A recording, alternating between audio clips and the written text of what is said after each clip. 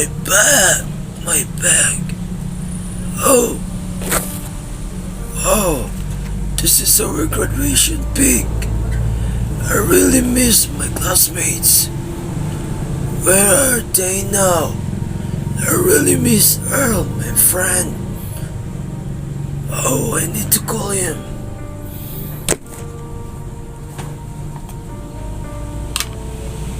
Hello? Hello? Hey Mike, it's me Aris. Your college best friend before, remember? Oh man, how are you man? I miss you. Hello, Aris. I'm fine. Yeah, it's so hard but fun. Do you remember those times you defined coding and I am the one who defined the coding? Do you still remember that? I cannot imagine myself in that day.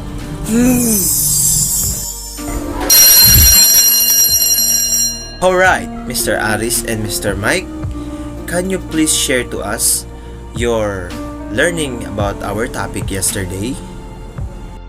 An encoding is a way of representing a number or expression in terms of another, usually simpler one.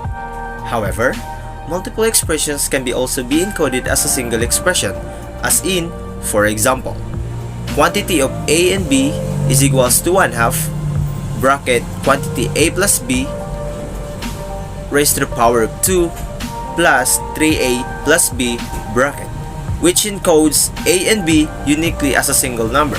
In a table A, it have a singular number of 001012, and in table B, it have a singular number of 010210. More generally, any list of possible positive integers can be uniquely encoded using a global number. That's all, sir. Thank you. And also, sir, decoding is the opposite process from encoding. Decoding is the conversion of an encoded format back to original sequence of characters. Example of it is ASCII and programming. It is a 7-bit binary number to represent each character, which can be uppercase, lowercase, letters, numbers, punctuation marks, and other common symbols. In coding and decoding, there are errors. So, error correction and detection could help to detect and correct the codes so that it will function correctly. Oh yeah, I can still remember it. Yeah, I get too nervous in that time also because we keep talking while our professor are teaching. Yeah, thankfully, he didn't cut us, but our classmate James, Shella, and Jesse got laughing, and this happened.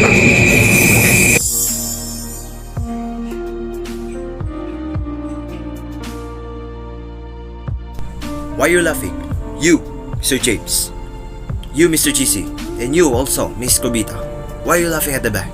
Is there any problem? Huh? Now, you mess up my day. Stand up and define what is repetition and Hamming codes and give some example of it. You will start, Mr. James.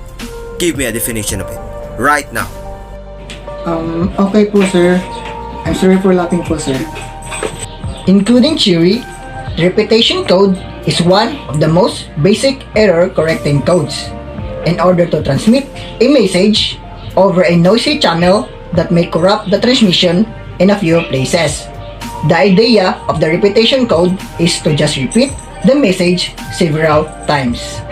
And Hamming codes talk about a specific type of error correcting code that allows the detection and correction of single-bit transmission errors. Hamming codes are used in many applications where such errors are common, including DRAM, memory chips, and satellite communication hardware.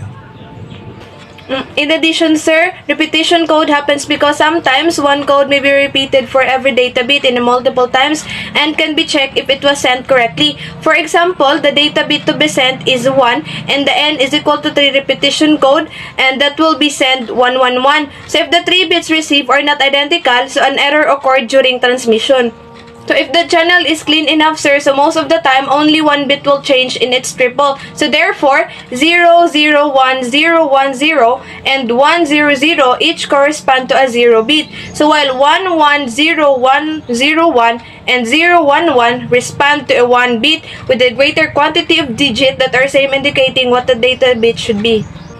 A data bit with this ability reconstruct original message in the presence of errors is known as an error correcting mode. And this triple repetition code is a Hamming code with m is equal to 2 since there are 2 parity bits, and 22 minus 2 minus 1 is equal to 1 data bit. So this repetition code as well is the simplest form of error correcting codes po, sir. In the example of Hamming code, we see there's 12 bits. 1 is 1, 2 is 1, 3 is 0, 4 is 0, 5 is 1, 6 is 1, 7 is 0, 8 is 1, 9 is 0, 10 is 1, 11 is 1, 12 is 1.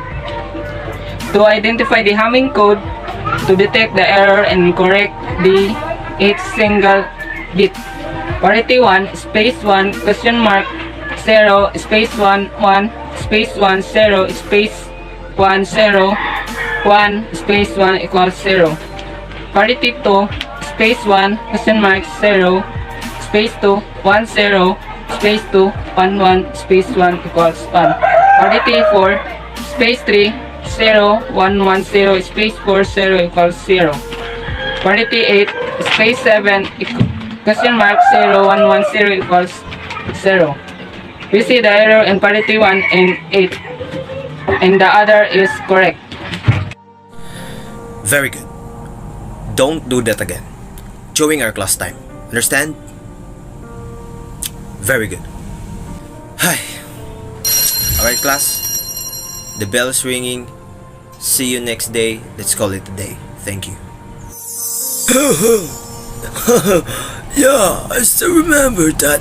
But the most important thing there is we all graduated perfectly. And that time, I am so very, very proud that we graduated in an honorary award. You know, as a competitive IT students, we need to do our best. Yeah, you're right. I can't imagine those times that you and I helping each other to learn, to pass, and graduate. I'm so blessed that you are one of my best friends, who always there for me. I miss you, man, but I need to go now because I need to take a medicine. You know, we are not young anymore. All that we have is the memories to be cherished. I miss you, man. Oh, I see. We are old now, and we're getting older and older. Okay, man. God bless you. And I really miss you, bro. Really miss you, man. Thank you for your time, man. I miss you. Thank you. Bye-bye.